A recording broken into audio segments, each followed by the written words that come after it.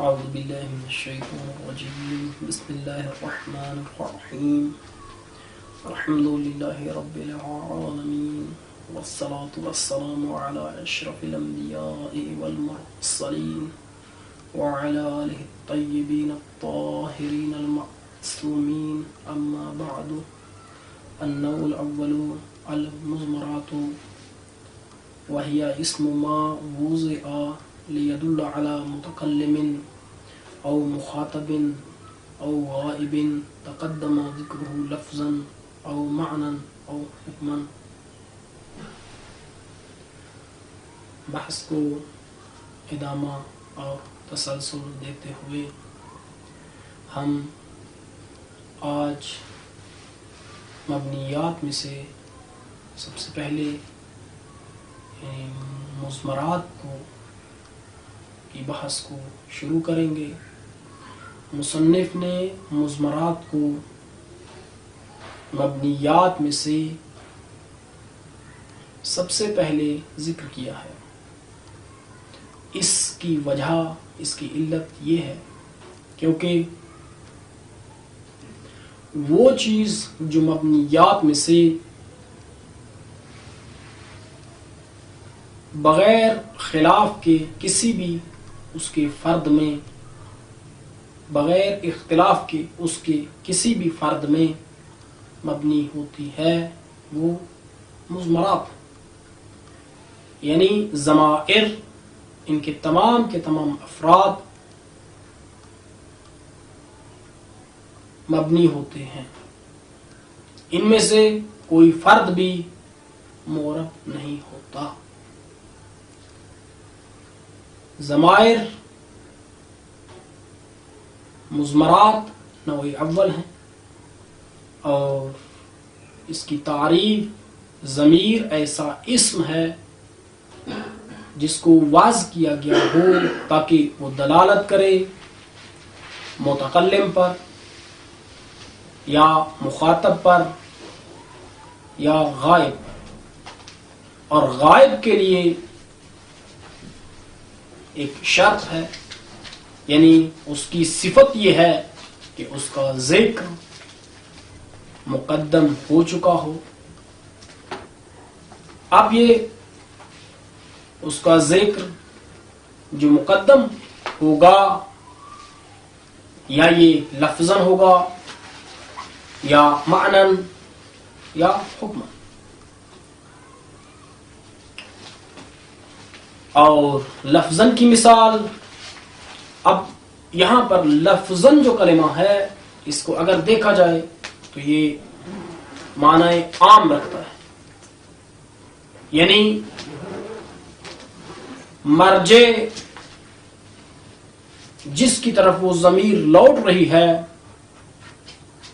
وہ غائب کہ جس کے لیے اس ضمیر کو وضع کیا گیا ہے، یعنی جس کی طرف یہ ضمیر لوٹے گی وہ غائب. اس کا ذکر کہ جس کا نام مرجع بھی ہے، ہم یعنی ضمیر یعنی غائب و اسم غائب یا مرجع، یہ ضمیر کے لیے ضمیر جس کی طرف لوٹے اس کے لیے بولا جا سکتا ہے. اب وہ غائب یا لفظاً ذکر ہوگا، لفظاً عام ہے، یعنی لفظاً اب اس میں عموم پایا جاتا ہے، خواہ حقیقتاً وہ مقدم ہو یا تقدیراً. اس کی دو قسمیں ہو سکتی ہیں. کیوں؟ کیونکہ لفظاً کلمہ لفظاً یہ عام ہے، یعنی اس میں دو صورتیں ہو سکتی ہیں. ایک یہ کہ مقدم ہو لفظاً یعنی حقیقتاً مقدم ہے، یا تقدیراً مقدم ہے. جہاں پر حقیقتاً مقدم ہو، مثال ضربا زید غلامہ، زید اس نے مارا اپنے غلام، کہ یہاں پر حقیقتاً ضمیر کا مرجع جس کی طرف ضمیر لوٹے گی یعنی وہ اسم غائب جس پر یہ ضمیر دلالت کر رہی ہے وہ حقیقتاً مقدم ہے،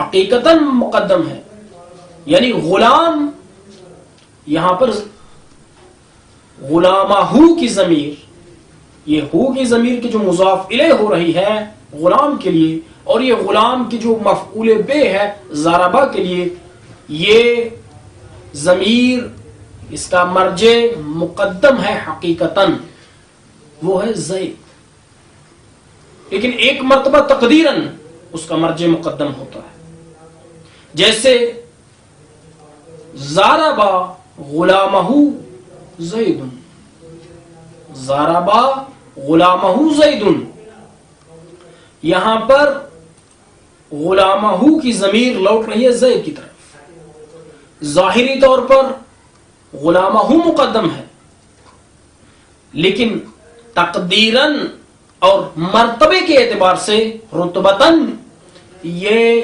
زید کی جو فاعل ہو رہا ہے وہ مقدم ہے، اس لیے کہ فاعل کا رتبہ مفعول سے پہلے ہے، فاعل کا مقام مرتبہ مفعول سے پہلے ہے۔ اب یہ ضمیر اگرچہ اس کا مرجع لفظاً بعد میں ہے، ظاہری طور پر بعد میں ہے، لیکن رتبتاً مقدم ہے، کیوں؟ کیونکہ اصل عبارت اس طرح سے ہے، مرتبے کے اعتبار سے زید غلامہ کی جو مفعول ہے اس سے پہلے ہے، ضربہ زید غلامہ، تو اب لفظاً اس کی دو صورتیں ہیں، یا حقیقتاً ہوگا مرجع مقدم یا تقدیراً یعنی رتبتاً، اور معناً مرجع پہلے ذکر ہو یعنی وہ غائب اس کا ذکر، وہ ضمیر غائب کی جس پر وہ ضمیر دلالت کر رہی ہے وہ غائب پہلے ذکر ہو، اور اس کی معنی کے اعتبار سے مثال اعدلوا هو اقرب للتقوى، عدل کرو کہ یہ عدل قریب تر ہے تقوی کے، معنی اس لیے کیونکہ اعدلوا کے معنی سے معنی عدل سمجھا جا رہا ہے، یہاں پہ عدل معنی کے اعتبار سے مذکور ہے، اعدلوا سے یہ عدل سمجھا جا رہا ہے، لذا ہوا کی ضمیر جو لوٹ رہی ہے وہ اسی عدل سے جو مفہوم اور سمجھا جا رہا ہے معنی کے اعتبار سے اعدلوا سے اس کی طرف لوٹ رہی ہے، اور حکمن یا حکمن۔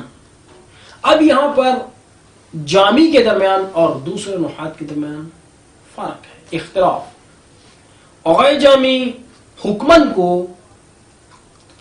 وہی جہاں پر ضمیر حکمن مقدم ہو اس کے لیے مثال جو دیتے ہیں وہ ضمیر شان اور قصہ کی ہے، قل هو اللہ احد، یہاں پر ہوا ضمیر جو ہے یہ ضمیر شان ہے، اور یہ ایک ایسی چیز کی طرف کہ جو حکمن مقدم ہے اس کی طرف لوٹ رہی ہے۔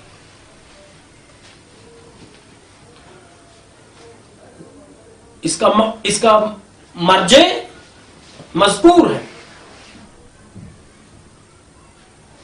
حکمن پہلے مذکور ہے، اس لیے کہ مضمون جملہ اس کو پہلے خیال کیا گیا ہے، واللہ احد یعنی اللہ احد، یہ مضمون جملہ، اسے تصور کیا جاتا ہے کہ یہ پہلے ذکر ہو چکا ہے، لذا یہاں پر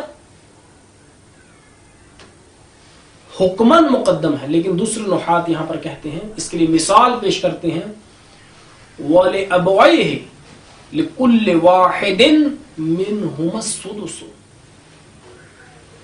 اور یہاں پر چونکہ وَلِأَبْوَيْهِ ابوین اصل میں ابوین تھا، جب ہم نے اضافت کی ضمیر کی طرف تو یہ نون گر گئی اور خود یہ حالت جری میں ہے، لام جارہ کے لیے مجرور ہے، آگے سے یہ اس کے بعد یعنی ضمیر کی طرف مضاف ہے. وَلِأَبْوَيْهِ ابوین لام جارہ کے لیے مجرور، جب ہم نے ان کی اس کلمے کی اضافت ضمیر کی طرف کی تو نون گر گئی، ابوئے ہو گیا. اب یہاں پر ضمیر جو ہے ہوا کی ضمیر یہ لوٹ رہی ہے میت کی طرف، لیکن یہاں پر میت کلمہ میت نہ تو لفظاً مذکور ہے اور نہ ہی معنی. ہاں حکماً موجود ہے، وہ اس لیے کہ یہاں پر حکم ارث میت کا ہے. یہاں پر قرآن میں اس آیت میں ارث میت کے حکم کو بیان کیا جا رہا ہے، یعنی ذکر میت کا ہو رہا ہے، اس کی ارث کا ہو رہا ہے، لذا یہاں پر ضمیر میت کی طرف لوٹے، یعنی اس میت کے دونوں ابوین کے لیے، باپ کے لیے، والدین کے لیے، دونوں والدین کے لیے، لکل واحد ان میں سے ہر ایک کے لیے سدس چھٹا حصہ ہے. تو یہاں پر چونکہ حکم ارث میت بیان ہو رہا ہے اس لیے یہاں پر میت حکمی طور پر موجود ہے. اس پیراگراف کا ہم ترجمہ کریں گے اور درس کو تسلسل دیں گے. النوع الاول المزمرات، نوع اول مزمرات ہے. واہیا اور یہ مزمرات اسم ما ایسی چیز کا نام ہے وضع جس کو وضع کیا جاتا ہے، لید اللہ تاکہ وہ دلالت کرے متکلم پر، علی متکلم او مخاطب یا مخاطب پر، او غائب یا غائب پر. تقدم ذکرہ یہ صفت ہے، یہ کلمہ صفت ہے غائب کی، کیونکہ انموزج میں تو تصریح کر دی گئی ہے کہ جو مقدمات میں سے ایک کتاب ہے شرح انموزج میں، اور مصنف بھی بیان فرمائیں گے اور غالباً یہ ذکر ہو چکا ہے کہ جب نکرہ کے بعد جملہ آتا ہے تو اس کے لیے صفت واقع ہوتا ہے. یہاں پر تقدم ذکرہ لفظاً یہ جملہ ہے جو غائب کے لیے صفت واقع ہو رہا ہے. ایسا غائب جس کا ذکر مقدم ہو چکا ہو ازروئے لفظ کے یا ازروئے معنی کے یا ازروئے حکم کے، لفظاً او معنی او حکماً. وہو علی قسمین متصل، یہاں پر دونوں اعراب پڑھنا جائز ہے. اگر متصل پڑھیں گے تو یہ خبر واقع ہوگی مبتدا محذوف کے لیے، اور اگر متصل پڑھیں گے تو یہ بدل واقع ہوگا اسمین سے. وَهُوَ مَا لَا يُسْتَعْمَلُ وَحْدَهُ إِمَّا مَرْفُوعٌ نَحْوُ غَرَبْتُ إِلَى غَرَبْنَا أَوْ مَنْصُوبٌ نحو غربنی الى غربنا، او مجرور نحو غلامی ولی الى غلامہن ولہن، او منفصل وهو ما يستعمل وحده وهو ايضا اما مرفوع وهو انا الى هن، واما منصوب نحو ایایا الی ایاہن وذالک 70 ضمیرا. اب یہاں پر بیان فرماتے ہیں کہ ضمیر کی دو قسمیں ہیں. ضمیر یا ضمیر متصل ہے اور ضمیر متصل ایسی ضمیر ہوتی ہے کہ جسے تنہا استعمال نہیں کیا جاتا. اب یہ ضمیر متصل اس کی 3 صورتیں ہو سکتی ہیں. یا مرفوع ہوگی، یا منصوب ہوگی، یا مجرور ہوگی. یعنی ضمیر مرفوع متصل، ضمیر منصوب متصل، ضمیر مجرور متصل، اور یا منفصل ہوگی. اور منفصل میں 2 صورتیں، مرفوع منفصل اور منصوب منفصل. لیکن تیسری قسم ضمیر مجرور متصل، جیسے کہ متصل میں تھی، یہاں پر ضمیر منصوب، ضمیر مجرور منفصل، ضمیر مجرور منفصل کی قسم نہیں ہے. کیوں؟ اس کی علت یہ ہے کہ اگر حرف جار، اگر ضمیر کو ہم منفصل ذکر کریں تو یہاں پر مجرور کی تقدیم لازم آئے گی جار پر. مجرور کی